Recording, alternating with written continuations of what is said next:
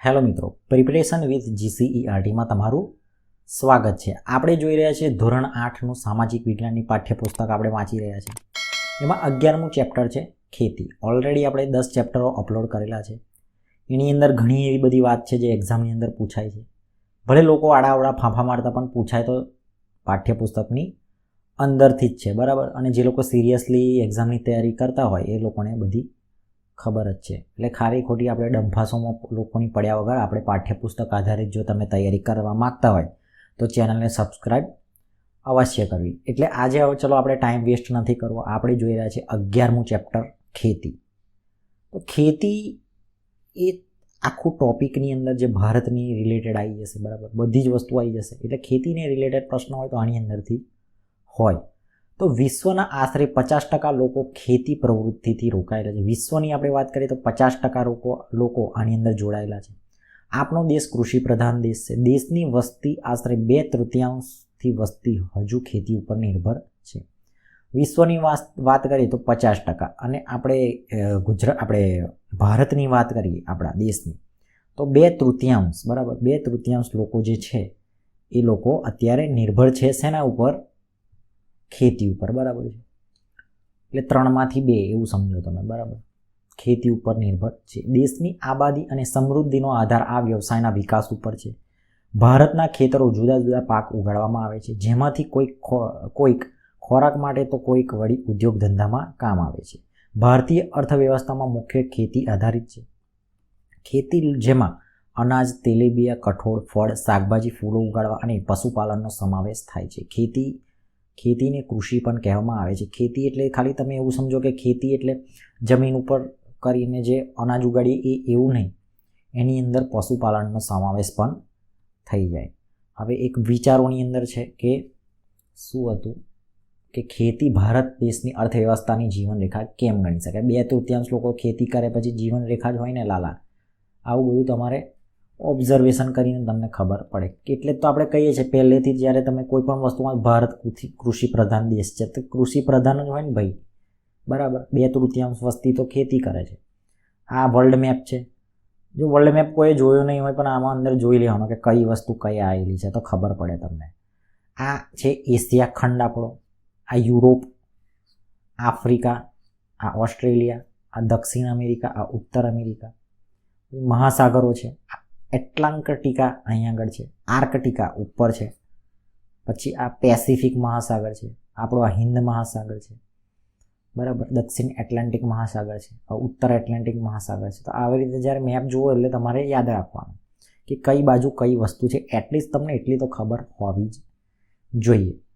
ખેતી માટે આપણે નીચે જોઈએ. ખેતી માટે અનુકૂળ જમીન, પાણી, આબોહવા આવશ્યક છે, બરાબર. ખેતી માટે શું શું જોઈએ? તો કે ભાઈ જમીન જોઈએ, પાણી જોઈએ, આબોહવા સારી હોવી જોઈએ. તમે નકશામાં જોઈ શકશો કે કૃષિ પ્રવૃત્તિઓ વિશ્વ તે જ પ્રદેશોમાં કેન્દ્રિત છે જ્યાં પાકની ખેતી માટે યોગ્ય પરિબળો અસ્તિત્વમાં છે. તો આ આપણે જે મેપ જોયું, બરાબર, એની અંદર શું છે? તો આ ગ્રીન તમને દેખાય છે ને, બધું એ ખેતી માટે યોગ્ય છે. એટલે આપણે ભારત જોઈશું તો તમે બધું ગ્રીન જ દેખાશે તમને, જો ખાલી ઉપરનો ભાગ છોડીને. તો આપણે ખેતીને લાયક છે એમ. એટલે આપણો આબોહવા કહો તમે, જમીન કહો, એ બધું યોગ્ય છે એમ, અનુકૂળ છે. કૃષિ તંત્ર એટલે કે એગ્રીકલ્ચર સિસ્ટમ. તો કૃષિ અથવા ખેતીને એક તંત્રના રૂપમાં જોઈ શકાય છે. તેના અગત્યના રોકાણો, બીજ, ખાતરો, મશીનરી અને મજૂર છે.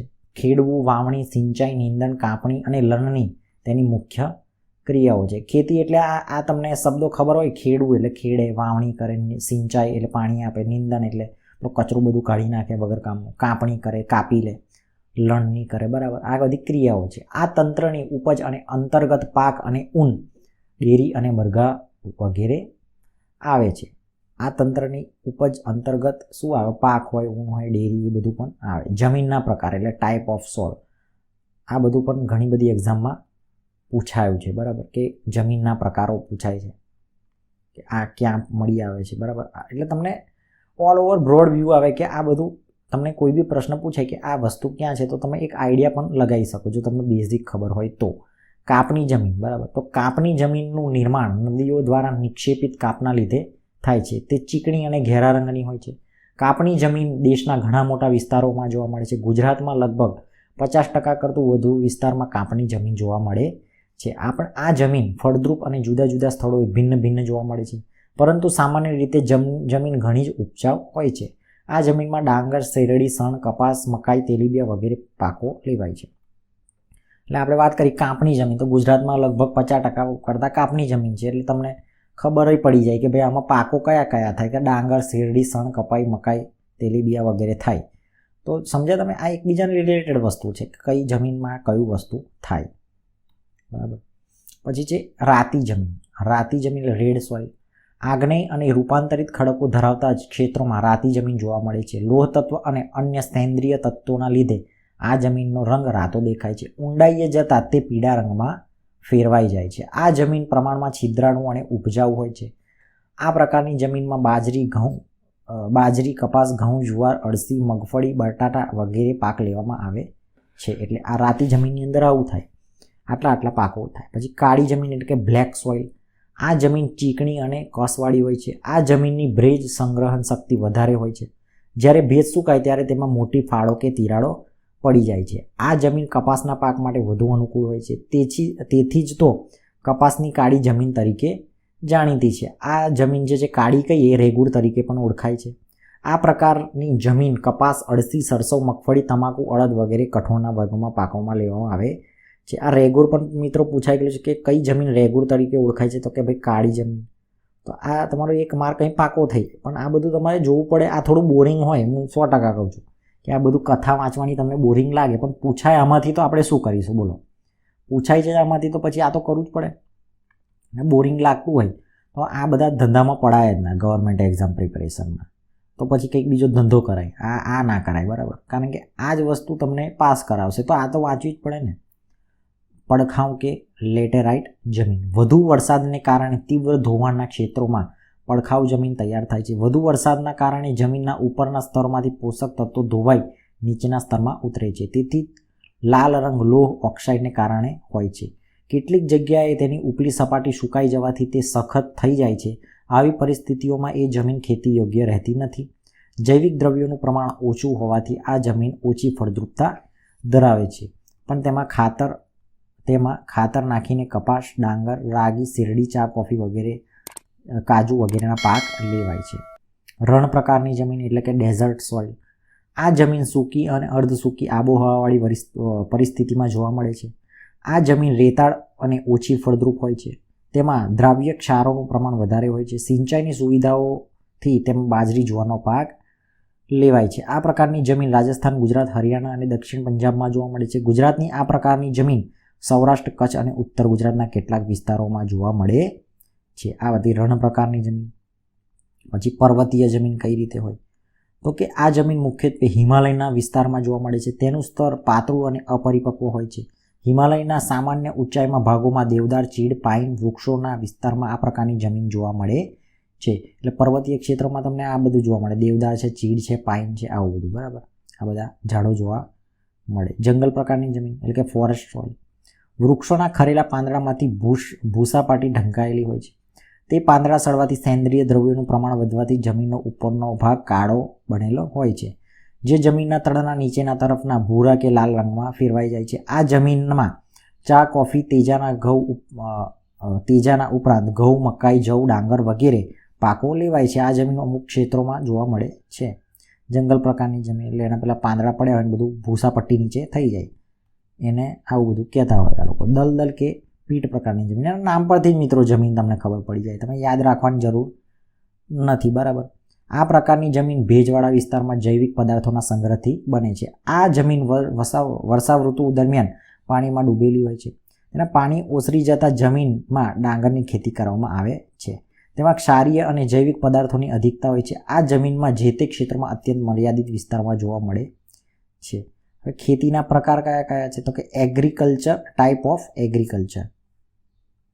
ખેતીના પ્રકાર કયા કયા છે, આમાંથી અનેકવાર પૂછાય છે પ્રશ્નો, એટલે આ થોડું ફોકસ મારવું તમારે. વિશ્વમાં ખેતી વિવિધ રીતે કરવામાં આવે છે. ભૌગોલિક પરિસ્થિતિઓ, ઉત્પાદનની માંગ, સિંચાઈની પદ્ધતિ, ખેત પેદાશો, આર્થિક વળતર, મજૂર અને તકનીકી સ્તરના આધારે ખેતીના પ્રકારો પાડી શકાય. એમાં પહેલું જ છે જીવન નિર્વાહ ખેતી. એ કઈ રીતે છે આપણે જોઈએ તો ખેડૂતની આર્થિક સ્થિતિમાં પ્રમાણમાં નબળી હોય છે.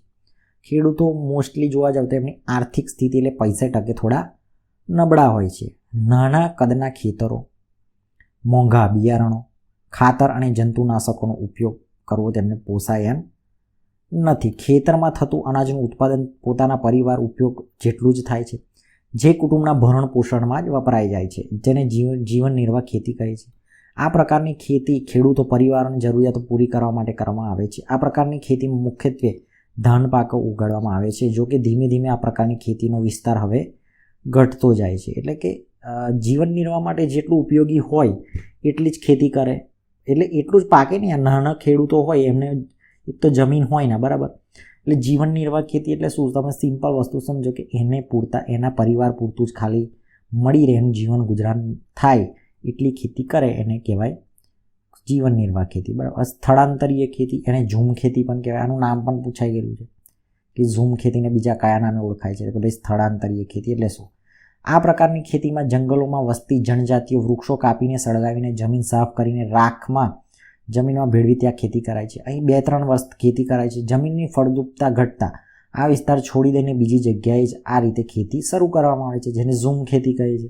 આ ખેતીમાં ધાન્ય પાક કે શાકભાજી ઉગાડાય છે. આ ખેતીમાં ઉત્પાદક ખૂબ ઓછું થાય છે. આ ખેતી એમેઝોન બેસિનના ઘન વન ક્ષેત્ર, ઉષ્ણકટિબંધીય આફ્રિકા, દક્ષિણ પૂર્વ એશિયા અને ભારતના પૂર્વોત્તર રાજ્યોમાં હાલ અલ્પ પ્રમાણમાં જોવા મળે છે. એટલે આ ખૂબ ઓછા પ્રમાણમાં જોવા મળે. આને સ્થળાંતરીય ખેતી એટલે સમજી ગયા ને તમે. જંગલ હોય તો ઝાડો બાળો કાપીને ત્યાં હરગાઈ દે એટલે રાખ થઈ જાય, રાખને પાથરી દે અને પછી એ સારી એટલે એમાં પોટાશ હોય, બરાબર. એટલે ફળદ્રુપ થોડી જમીન રહે. 2-3 વર્ષ ખેતી કરે પછી ત્યાંથી કલ્ટી, બરાબર, એને કહેવાય સ્થળાંતર ખેતી. પછી છે સઘન ખેતી. સઘન ખેતી એટલે શું, આ આધુનિક ખેતી પદ્ધતિ છે જેમાં સિંચાઈની સુવિધાઓ, ઉત્તમ બિયારણ, ખેતીની નવી ટેકનોલોજી, રાસાયણિક ખાતરો, કીટનાશકો, વિવિધ પ્રક્રિયાઓમાં યંત્રનો વ્યાપક ઉપયોગ કરવામાં આવે છે. આ પ્રકારે થતી ખેતીને સઘન ખેતી કહે છે. આ ખેતીમાં રોકડિયા પાકનું વાવેતર વધારે કરાય છે. અહીં હેક્ટર દીઠ ઉત્પાદનમાં ખૂબ વધારો થયેલ છે અને આ પ્રકારની ખેતી હેઠળનો વિસ્તાર સતત વધતો જાય છે. આ ખેતમાં આર્થિક વળતર મહત્વ આપવામાં આવે છે, એટલે વ્યાપારી ખેતી પણ કહે છે. ગુજરાતમાં જોવા જઈએ તો સુરત, વલસાડ, આણંદ વગેરે જિલ્લામાં આ ખેતી થાય છે. એટલે આ ખેતી એટલે એમનો કોન્સેપ્ટ જ કમાવાનો હોય. સઘન ખેતી એટલે મોટા પાયે ખેતી કરે, બધા યંત્રો વાપરે, બરાબર. યંત્રો એટલે તમે શું સમજો છો, ટ્રેક્ટર છે, પછી મોટા મોટા પેલા હાર્વેસ્ટર ને એ બધું વાપરી અને સિંચાઈની સુવિધા પ્રોપર લે. આ બધી માલદારોની ખેતી એવું સમજો ને તમે કે મોટા પાયે જે પંજાબમાં જે મોટા હેક્ટરોમાં જમીનમાં થાય છે ખેતી મોટા પાયે, એ ખેતી. હવે સૂકી ખેતી એટલે કે ડ્રાય ફાર્મિંગ કઈ રીતે છે, તો કે જ્યાં વરસાદનું પ્રમાણ ઓછું છે, સિંચાઈની અપૂરતી સગવડ અને ચોમાસાનો જ્યાં પાણીનો સંગ્રહ થતો હોય તેવી નીચાણવાળી જમીનમાં પાણી સુકાઈ ગયા બાદ ત્યાં ખેતી થાય છે, તેને સૂકી ખેતી કહે છે. અહીં જુવાર, બાજરી, કઠોળ જેવી પાણીની ઓછી જરૂરિયાતવાળા પાકોની ખેતી થાય છે. ગુજરાતના ભાલ પ્રદેશમાં ચોમાસું પૂરું થયા બાદ ભેજવાળી જમીનમાં ઘઉં અને ચણાનો પાક આ પ્રકારે થાય છે. એટલે સૂકી ખેતી એટલે જ્યાં અપૂરતી સગવડ હોય પાણીની અને વરસાદનું પ્રમાણ ઓછું હોય ત્યાં આ ખેતી કરે. જ્યાં પાણીનો સંગ્રહ થતો હોય ચોમાસામાં એ જગ્યા ક્યાં થોડી સુકાઈ જાય એટલે ત્યાં જ ખેતી કરે, એને કહેવાય સૂકી ખેતી. આર્દ્ર ખેતી એટલે વેટ ફાર્મિંગ. જ્યાં વરસાદનું પ્રમાણ અધિક છે અને સિંચાઈની સગવડ પણ વધુ છે તેવા વિસ્તારમાં આર્દ્ર એટલે કે ભીની ખેતી કરવામાં આવે છે. વરસાદ ન પડે કે ઓછો પડે ત્યાં સિંચાઈ દ્વારા વર્ષમાં એક કરતાં વધુ પાક લઈ શકાય છે, જેમાં ડાંગર, શેરડી, કપાસ, ઘઉં અને શાકભાજીની ખેતી કરાય છે. આ થઈ તમારી વેટ ખેતી, ભીણી ખેતી. વેટ એટલે ભીનું, તો ખબર પડે ને, આર્દ્ર એટલે ભીનું, બરાબર. બાગાયતી ખેતી. બાગાયતી કઈ રીતે, તો કે બગીચાની પદ્ધતિ એ સાર સંભાળ લઈ, નામ જ કેવું છે બાગાયતી ખેતી.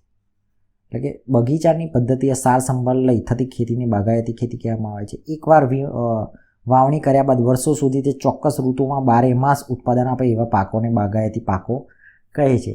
એમાં છે રબર છે, ચા છે, કોફી છે, કોકો છે, નારિયેલ છે, ઉપરાંત સફરજન, કેરી, સંતરા, દ્રાક્ષ, આંબળા, લીંબુ, જામફળ, બોર, ખારેક વગેરે ખૂબ જ માવજત સાથે ખેતી કરાય છે. એટલે આ જે બાગાયતી ખેતી એટલે શું કે એકવાર તમે વાવેતર કરી દો, દર વર્ષે તમને એનું ફળ મળ્યા કરે, એને કહેવાય બાગાયતી ખેતી. પણ એની કેરિંગ બી બહુ સારી એવી કરવી પડે, તમારે માવજત કરવી પડે. મુખ્ય પાકોની વાત કરીએ તો મેજર ક્રોપ્સ કયા કયા છે. ભૌગોલિક પરિસ્થિતિ, આબોહવા, જમીનની વિવિધતા અને વરસાદ પ્રમાણમાં રહેલી ભિન્નતાને કારણે જુદા જુદા ભાગોમાં વિવિધ પ્રકારના વાવેતર થાય છે. એટલે એરિયા વાઇઝ બદલાતું રહે, બરાબર, કારણ કે એરિયા વાઇઝ તમે આબોહવા પણ બદલાતી હોય, એટલે કયું વસ્તુ કયું અનુકૂળ છે ત્યાંના લોકોને વધારે ખબર હોય કે ભાઈ આનો પાક સારો થાય. હવે ડાંગરની વાત કરીએ. ડાંગર, તો કે ડાંગર વિશ્વનો ભારતનો મહત્વનો મુખ્ય ખાદ્ય પાક છે. વિશ્વમાં અને ભારતના મોટા ભાગે લોકો ખોરાકમાં ચોખા એટલે કે રાઈસનો ઉપયોગ કરે છે.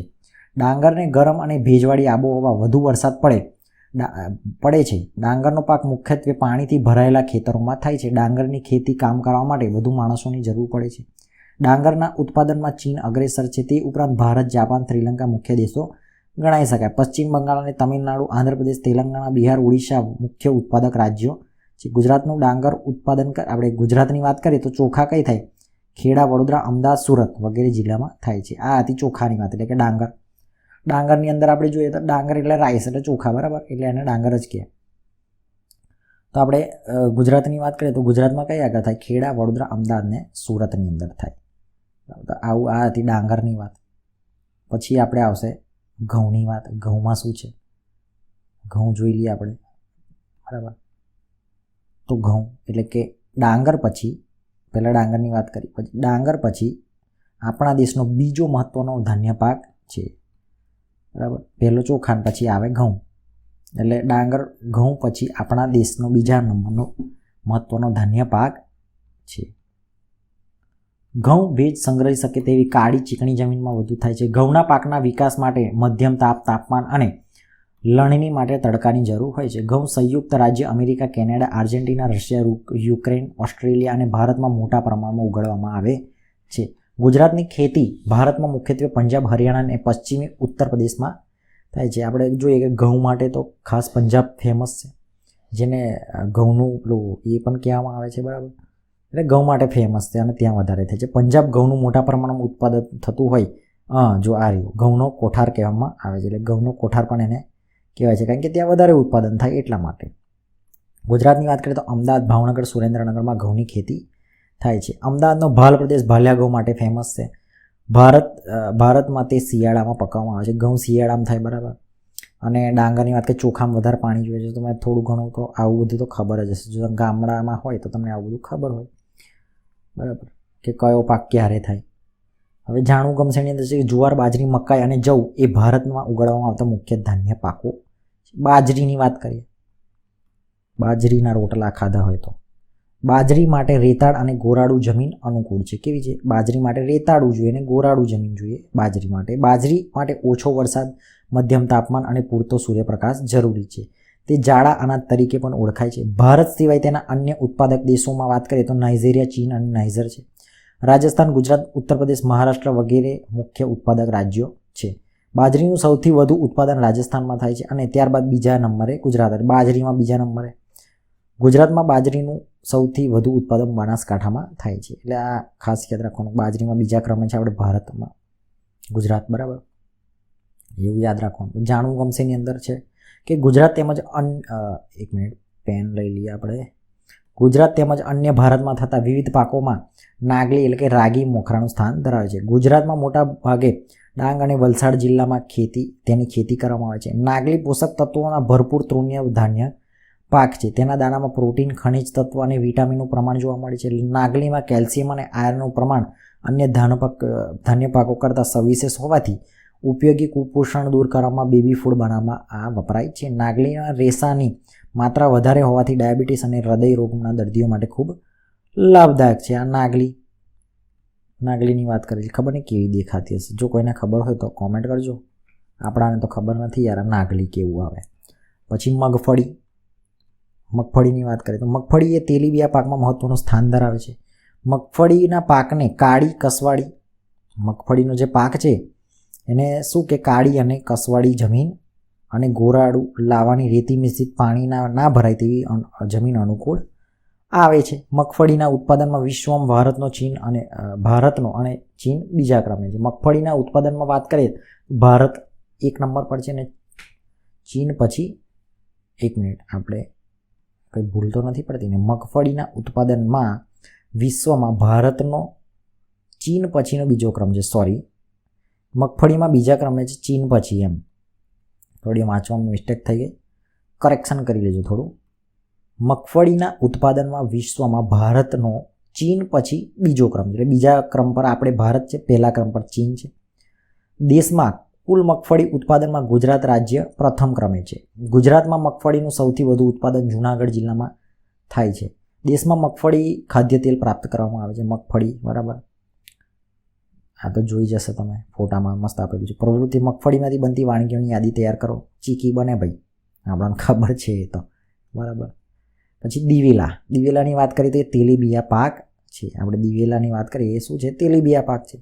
દિવેલાને મધ્યમ કાળી રાતી પછી નિતારવાળી અને રેતાળ જમીન વધુ માફક આવે છે. દિવેલા એટલે કે એરંડાના દિવેલાના ઉત્પાદનમાં ભારત વિશ્વમાં પ્રથમ ક્રમે છે. ચલો આમાં પ્રથમ ક્રમે છે બરાબર. શું? એરંડા એટલે કે દિવેલામાં.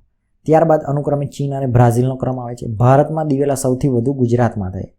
દિવેલામાં આપણે ગુજરાતમાં જોઈએ તો વધારે થાય છે. ગુજરાતમાં મોટા ભાગના જિલ્લામાં દિવેલાનો પાક લેવામાં આવે છે. જૂનાગઢ, અમરેલી, બનાસકાંઠા, પાટણ, મહેસાણા, સાબરકાંઠા, રાજકોટ, સુરેન્દ્રનગર વગેરે જિલ્લાઓમાં તેનો પાક લેવાય છે. આ એરંડાની વાત કરીએ. હવે આપણે કપાસની વાત કરીએ તો કપાસ ફોટામાં આપેલું જો કપાસ.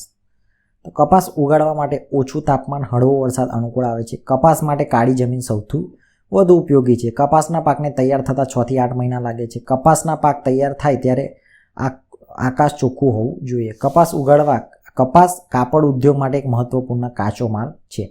ચીન, United state, Bharat, Pakistan, Brazil, Egypt કપાસના અગ્રણી ઉત્પાદકો છે. ભારતમાં જોઈએ તો ગુજરાત, મહારાષ્ટ્ર, તેલંગાણા, કર્ણાટક, આંધ્રપ્રદેશ, હરિયાણા, રાજસ્થાન, પંજાબ અને તમિલનાડુ બરાબર. આ મુખ્ય છે. પછી એક પ્રવૃત્તિ આપેલી છે આની અંદર કે ચા અને કોફી પણ ભારતના મહત્વના પાકો ગણાય છે. તેનું ઉત્પાદન થતું હોય તેવા વિસ્તારોના નામોની યાદી કરો એવું આપેલું છે. અને ઓડિશા વગેરે મુખ્ય ઉત્પાદક રાજ્યો છે. ગુજરાતમાં કપાસ ઉત્પાદનમાં ભારતમાં પ્રથમ સ્થાન ધરાવે છે. ગુજરાતની વાત કરીએ તો કપાસમાં પહેલો નંબર. ગુજરાતનો ભરૂચ પાસે આવેલ કાનમનો લાંબા તારના કપાસ ઉત્પાદન માટે જાણીતો છે. લાંબા તારના જે કપાસ હોય એમાં તાર જે હોય ને એના રૂના એ લાંબા હોય એમ, એના માટે આપણે કાનમ પ્રદેશ ઓળખાય છે. એ કયો? ગુજરાતનો ભરૂચ પાસે આવેલો કાનમ પ્રદેશ. ગુજરાતમાં સુરેન્દ્રનગર, રાજકોટ, વડોદરા, અમદાવાદ, સાબરકાંઠા, મહેસાણા, બોટાદ, ભરૂચ, ખેડા, સુરત, પંચમહાલ, અમરેલી, ભાવનગર, પાટણ, જૂનાગઢ, જામનગર વગેરે જિલ્લામાં કપાસનું વધુ ઉત્પાદન થાય છે. જાણવું ગમશેની અંદર જોઈએ તો ગુજરાતમાં આવેલ ચરોતર પ્રદેશ તમાકુના ઉત્પાદન માટે જાણીતો છે, જેને સોનેરી પાકનો મૂલક પણ કહેવામાં આવે છે બરાબર. એટલે કાનમ એટલે સમજી ગયા ને તમે, કાનમ એટલે કપાસ અને ચરોતર કહે તો આપણે એને કહેવાય તમાકુનો ઉત્પાદક બરાબર. એટલે આ બે તો પૂછાય જ છે અને બધું તમે પરિચિત પણ હશો. ખેતીનો વિકાસની વાત કરીએ તો વિશ્વના વિવિધ ભાગોમાં વિવિધ ગતિએ કૃષિનો વિકાસ થયો છે. મોટા પ્રમાણમાં વધુ વસ્તી ધરાવતા વિકાસશીલ દેશો મોટા ભાગે સઘન કૃષિ કરે છે. ખેતીનો વિકાસની વધતી વસ્તીની વધુ માંગને પહોંચી વળવા ખેત ઉત્પાદન વધારો કરવા માટે પ્રયત્ન સંબંધિત છે. આ ઘણી બધી રીતે પ્રાપ્ત કરી શકાય છે, જેમ કે વાવેતર ક્ષેત્રનો વિસ્તાર કરીને, વાવેતર પાકની સંખ્યામાં વધારો કરીને, સિંચાઈની સુવિધામાં વધારો કરીને, ખાતરોનો ઉપયોગ કરી અને ઉચ્ચ ઉપજ આપતા બીજનો ઉપયોગ દ્વારા ખેતીનું યાંત્રિકીકરણ કરી અને પણ ખેતીના વિકાસનું અન્ય એક પાસું છે. ખેતી વિકાસનું અંતિમ લક્ષ્ય એક ખોરાકની સુરક્ષામાં વધારો કરવાનો છે. ખેતી ક્ષેત્રે સહકારી પ્રવૃત્તિઓ વિકાસ પણ ખૂબ સારો થયો છે. કિસાન ક્રેડિટ કાર્ડ દ્વારા રાષ્ટ્રીયકૃત તેમજ સહકારી બેંકો દ્વારા ખેડૂતોને આર્થિક મદદ માટે કૃષિ ધિરાણ આપવામાં આવે છે. ખેત પેદાશો સંગ્રહવા જુદા જુદા ભાગોમાં ગોદામમાં સગવડ કરવામાં આવી છે. હાલમાં સરકાર દ્વારા ખેડૂત રેડિયો, ટેલિવિઝન, વર્તમાનપત્ર, કિસાન ચેનલ, મોબાઈલ કિસાન SMS ટોલ ફ્રી નંબર જે છે આ 1800-180-1551 કિસાન કોલ સેન્ટરનો છે. સરકારના આઈ ખેડૂત વેબ પોર્ટલ દ્વારા સતત માહિતી, નવી ટેકનોલોજી અને માર્ગદર્શન પૂરું પડાય છે. ગુજરાતમાં કૃષિ મેળાઓ દ્વારા અદ્યતન માહિતી અને માર્ગદર્શન અપાય છે. એટલે આ ખેતીનો વિકાસ કઈ રીતે કરી શકાય એ આપેલું છે. તો એ તમે જુઓ તો ખેતીનો વિકાસ કઈ રીતે થાય તો કે ભાઈ આપણે જો ગુજરાતની વાત કરીએ તો આપણે ઘણા બધા એવા આપણે શું કહેવાય કે સ્ટેપ લીધેલા છે સરકારે બરાબર. તો આ હતી ખેતીના વિકાસની વાત. હવે સુધારેલા બિયારણોની વાત કરીએ તો સુધારેલા બિયારણો કઈ રીતે છે, એક જ મિનિટ. આપણે હા બરાબર, તો આપણે સુધારેલા બિયારણોની વાત કરીએ. સુધારેલા બિયારણો તો કે ખેત ઉત્પાદન માટે બિયારણ એક મહત્વનો ભાગ ભજવે છે. એટલે બિયારણ તો મોસ્ટ ઇમ્પોર્ટન્ટ છે. બિયારણ જેવું નાખો એવું ખેતી થાય. ખેત ઉત્પાદન માટે બિયારણ એક મહત્વનો ભાગ ભજવે છે. ખેતીમાંથી વધુ ઉત્પાદન મેળવવા માટે આજે સુધારેલા બિયારણો અને પૃથ્થકરણ કરેલા બિયારણોનો ઉપયોગ થવા લાગ્યો છે. સરકાર દ્વારા બિયારણોની વૃદ્ધિ કેન્દ્રો સ્થાપવામાં આવ્યા છે. બાયોટેકનોલોજીની મદદથી બાગાયતી પાકો માટે ખાસ કરીને રોપા તૈયાર કરવામાં આવે છે, જેના દ્વારા વહેલી પાકતી અને વધુ ઉત્પાદન આપતી જાતો વિકસાવાય છે. સુધારેલા બિયારણોને લીધે ભારતમાં ધાન્ય પાકોની બાબતમાં વધુ ઉત્પાદન મેળવી અનેક ક્ષેત્રે સ્વાવલંબી બન્યું છે. 1947ની વાત કરીએ તો આપણે આયાત કરતા હતા ધાન્ય પાકો, બરાબર. અત્યારે આપણે નિકાસ કરીએ છીએ. કેમ? કારણ કે અત્યારે આપણે સ્વાવલંબી બન્યા છે. કઈ રીતે? તો કે ભાઈ આ બધા જે બિયારણો છે એનાથી આપણે શું કર્યું કે ઉત્પાદન વધાર્યું. એટલે બહુ મહત્વનું આ વસ્તુ છે. જંતુનાશકોની વાત કરીએ તો ભારતમાં ખેતીના પાકોને થતું નુકસાન અટકાવવા માટે જંતુનાશક રસાયણોનો મહત્વનો ભાગ ભજવે છે. ખેતીમાં વધુ પડતા રાસાયણિક જંતુનાશકોના અવિવેકી અને આડેધડ ઉપયોગને કારણે જમીન અને પાણીનું પ્રદૂષણ વધ્યું છે. ખેત પેદાશોમાં ઝેરી તત્વો મનુષ્યના આરોગ્ય પર લાંબા ગાળે ખરાબ અસર પાડે છે. એટલે જંતુનાશક દવાનો જે અવિવેકી જે ઉપયોગ થઈ રહ્યો છે એના વિશે વાત કરેલી છે કે એવું ના થવું જોઈએ, બરાબર. ધારો કે કોઈ એરિયામાં ધારો કે ખેતી કરે છે અને જો ખરેખર આ સ્પેશિયલ આની જરૂર હોય, આ જંતુઓ પડતા હોય તો એની દવા વાપરવી જોઈએ. આડેધડ એનો યુઝ ના કરવો જોઈએ એમ. ખેતી પાકોમાં નુકસાન કરતી જીવાતોમાં નિયંત્રણ માટે જીવાણુઓ, બેક્ટેરિયા, વિષાણુ, ફૂગ, કૃમિ અને વનસ્પતિજન્ય જૈવિક કીટનાશકોનો ઉપયોગ થાય છે. તેમાં જીવાણુઓ લગભગ 90% હિસ્સો ધરાવે છે. જીવાતો પર લગભગ 100 જેટલા જુદા જુદા જીવાણુ રોગ પેદા કરતા નોંધાય છે. ખેતી પાકોમાં જીવાત નિયંત્રણ માટે બીજાનું ઉત્પન્ન કરતા જીવાણુનો ઉપયોગ થાય છે. આ પ્રકારના જીવાણુમાં બેસિસલ જાતિના જીવાણુ મોખરે છે. જૈવિક કીટનાશકોમાં બજારમાં વ્યાપારી ધોરણે મળે છે. જૈવિક કીટનાશકો ઉપદ્રવી જીવાતોમાં જુદા જુદા રોગ લાગુ પાડે છે, પરિણામે તે નાશ પામે છે. જીવાણુ આધારિત જૈવિક કીટનાશક એ એક જાતિનું જઠર વિષ છે. એટલે જો જીવાણુ આધારિત જે જૈવિક કીટનાશક એ શું છે? એક જાતનું જઠર વિષ, એટલે પેટનું ઝેર છે. તેથી તે કીટકોને મારવાનું છે. તે કીટક જઠરમાં જવું જરૂરી છે. પાક પર જ્યારે જૈવ કીટનાશક પ્રવાહીનું મિશ્રણ છાંટવામાં આવે છે ત્યારે સુસુપ્ત અવસ્થામાં રહેલા જીવંત જીવાણુ ઈયળ ખોરાક સાથે તેના આંતરડામાં પહોંચે અને ઝેરી પ્રોટીન ઈયળના આંતરડામાં ખાસ કરીને મોઢાના ભાગે લપો પેદા કરે છે અને છેવટે ઈયળ મૃત્યુ પામે છે. એટલે આ ઈયળ કઈ રીતે મળે એની મરી જાય એની વાત કરેલી છે. રાસાયણિક કીટનાશકોથી થતી આડઅસરથી બચવા માટે તેની જગ્યાએ વનસ્પતિજન્ય કીટનાશકોનો ઉપયોગ કરવો જોઈએ. તેમાં ખાસ કરીને લીમડો, કરંજ, મહુડી, તુલસી, રતનજ્યોત, ફુદીના, કારેલા, તમાકુ, સેવંતી વગેરે જેવો ઉપયોગ કરવા જીવત જે છે એના નિયંત્રણ માટે થાય છે. હવે ખેતીની સિંચાઈની ઉન્નત સગવડો એની વાત કરીએ તો ખેતીની સિંચાઈની સગવડો કઈ રીતે છે? તો કે ભાઈ ખેતી માટે પૂરતું પાણી જરૂરી છે. સિમ્પલ વસ્તુ, ખેતી કરવી હોય તો પાણી તો ખૂબ જરૂરી છે. આપણા દેશમાં વરસાદ અનિયમિત અને અચોક્કસ હોવાથી પૂરતું પાણી મળી રહેતું નથી. તેથી સિંચાઈની જુદી જુદી વ્યવસ્થા કરવામાં આવે છે. સામાન્ય રીતે આપણે ત્યાં કૂવાઓ, બોર, નાના મોટા બંધો દ્વારા કૃત્રિમ વ્યવસ્થાથી પાણીનું સિંચન કરવામાં આવે છે અને સિંચાઈ કહેવામાં આવે છે. નહેર, ગુજરાતમાં સરદાર સરોવર ધરોઈ યોજના જેવી અન્ય મહત્વની યોજનાઓ છે જેમાં બંધો દ્વારા જળ સંગ્રહ કરવામાં આવે છે. નહેરોની મદદથી ખેતરો સુધી પાણી પહોંચાડવામાં આવે છે. નહેરોના પાણી સિંચાઈ માટે સતત વધુ પડતો ઉપયોગ કરવામાં આવે છે તો જમીનની ફળદ્રુપતામાં ઘટાડો થાય છે. નહેરોના પાણી સિંચાઈ માટે સતત વધુ પડતો જો સિંચાઈનો ઉપયોગ થાય તો પણ જમીનની ફળદ્રુપતા ઘટે એવું કહે છે, બરાબર. પછી છે ખેત તલાવડી. આ એક સરસ કોન્સેપ્ટ છે. ખેતમાં તલાવડી એટલે શું કે ખેત તલાવડી ખેતરમાં ઢોળાવાળી જમીનના શેડા ઉપર બાંધવામાં આવે છે, જેમાં વરસાદના પાણીનો સંગ્રહ કરવામાં આવે છે. વરસાદ બંધ થયા પછી પાકને પાણીની જરૂરિયાત હોય ત્યારે સિંચાઈ માટે ઉપયોગી બને છે. ચેકડેમ, નદી, ઝરણા, વહેણનું પાણી જતું અટકાવવા માટે તેના આગળ પાકો બંધ બાંધવામાં આવે છે અને ચેકડેમ કહે છે. ચેકડેમ બાંધવાથી કૂવા અને બોરના તળ ઊંચા આવે છે. ટપક સિંચાઈ પદ્ધતિ આ ખાસ જે કહેવાય કે બહુ સરકાર બહુ ફોકસ કરે છે આના ઉપર, ટપક સિંચાઈ પદ્ધતિ ઉપર. તો ટપક સિંચાઈ પદ્ધતિની અંદર શું છે એ જોઈએ. તો ટપક સિંચાઈ એ સૂક્ષ્મ પિયત પદ્ધતિનો એક પ્રકાર છે જેના દ્વારા પાણીની બચત થાય છે અને પોષક તત્વો ધીમા ધીમા છોડના મૂળ સુધી પહોંચે છે. આ પ્રક્રિયા જમીનની ઉપલી સપાટી, અંદરની સપાટીના મૂળ સુધી અસર કરે છે. આનો મુખ્ય ધ્યેય બાષ્પીભવન ઓછું કરીને છેક મૂળ સુધી સીધું જ પાણી પહોંચાડવાનો છે. ટપક સિંચાઈ પદ્ધતિમાં વાલ્વ, પાઇપ અને નળીઓ અને ઉત્સેચકોને સહિયારો પર ઉપયોગ કરી પાણી સિંચવામાં આવે. એક મિનિટ, અહીંયા એક લાઈન આપણે મિસ થઈ ગઈ. ટપક સિંચાઈમાં પદ્ધતિમાં વાલ્વ, પાઇપ, નળીઓ અને ઉત્સર્જકોનો સહિયારો ઉપયોગ કરી પાણી સિંચવામાં આવે છે. પાણી અને પોષક તત્વોનો ડ્રીયર લાઇન્સ તરીકે ઓળખાતા પાઇપમાં આ ક્ષેત્રમાં વિતરણ કરવામાં આવે છે, જેમાં ડ્રીપર તરીકે ઓળખાતા નાના એકમો હોય છે. દરેક ડ્રીપર પાણી અને ખાતરો ધરાવતા ટીપાને બહાર કાઢે છે. પરિણામે પોષક તત્વોને એક સરખા પ્રમાણમાં દરેક છોડના મૂળમાં જાય છે. આ પદ્ધતિનો સફળતાનો આધાર તેની બનાવટ, જાળવણી અને કાર્યરત કરાય છે પણ તેની રહે છે.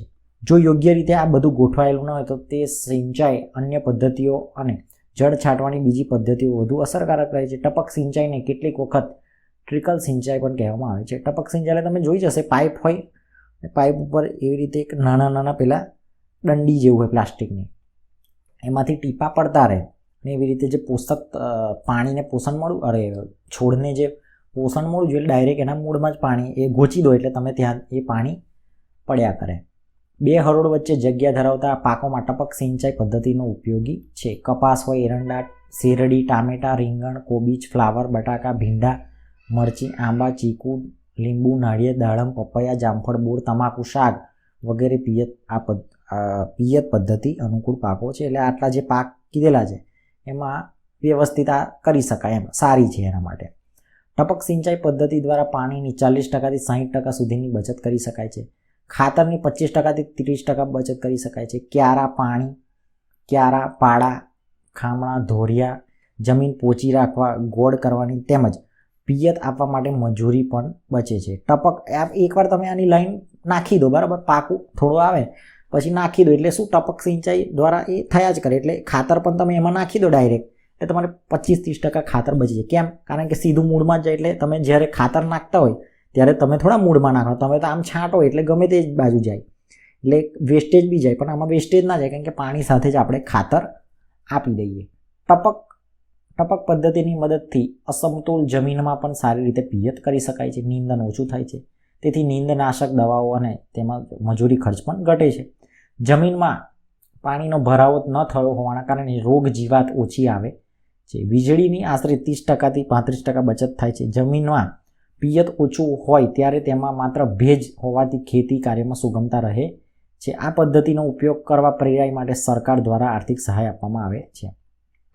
ફાયદા તો મિત્રો ઘણા બધા ગણાયા છે પણ ખબર નહીં હવે ખેડૂતો યુઝ કેમ નથી કરતા અને તો આપણને બહુ ખ્યાલ નથી આમાં. તો બરાબર, કંઈક તમને સજેશન કે કંઈક તમને નોલેજ હોય તો તમે કોમેન્ટમાં કહી શકો કે કેમ આવું છે, આટલી બધી સારા એના ફાયદા છે તો કેમ નથી લોકો યુઝ કરતા વધારે પ્રમાણમાં.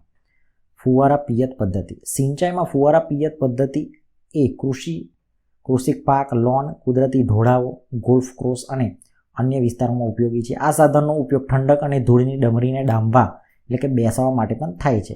આ સિંચાઈની પદ્ધતિથી પાણી પહોળું અને વરસાદી પાણીની પડવાની રીતે સમાન છે. આ પદ્ધતિમાં પંપ, વાલ્વ, પાઇપ અને ફુવારાનો સહિયારો ઉપયોગ કરી અને પાણી આપવામાં આવે છે.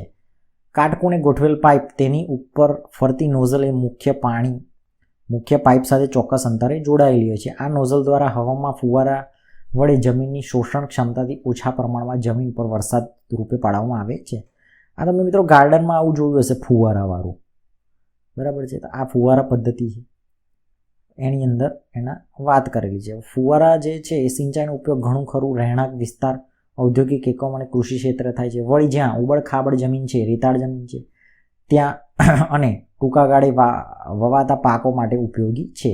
ઘઉં, બાજરી, જુવાર, મકાઈ, મગફળી, ચણા, ડુંગળી, રજકો અને ઘાસચારાના પાકો, મેથી, ચોળી, ફ્લાવર, કોબીજ, બટાકા, ભીંડા, શેરડી વગેરે ફુવારા પિયત પદ્ધતિ અનુકૂળ પાકો છે. આમ ખેતીની વિવિધ આધુનિક સિંચાઈ પદ્ધતિ ઉપયોગ કરવાથી પાણીનો બચાવ અને જમીનની ગુણવત્તા જાળવી વધુ ઉત્પાદન મેળવી શકાય છે. થોડું આમાં એ જ વાત કરે છે કે સિંચાઈની વાત કરી, આપણે ખેતીની વાત કરી, ભારતમાં કઈ રીતે છે ખેતી, અત્યારે શું કન્ડિશન છે, બરાબર. તો જો મિત્રો આને કોન્સેપ્ટ વાઇઝ તૈયારી કહેવાય. અને આ રીતે જો તમે ખરેખર કોન્સેપ્ટ વાઇઝ તૈયારી કરવા માગતા હોય, આમાં આપણે ખેતીની વાત કરીએ, આગળના ચેપ્ટરમાં જે સ્ટેપ બાય સ્ટેપ આવશે એવી રીતે આપણે ભણતા જઈશું, બરાબર. તો મળીશું નેક્સ્ટ વિડીયોમાં આગળના ચેપ્ટર સાથે. અને જો તમે ખરેખર ડીપમાં તૈયારી કરવા માગતા હોય તો ચેનલને સબસ્ક્રાઈબ કરવી. મળીશું નેક્સ્ટ વિડીયોમાં.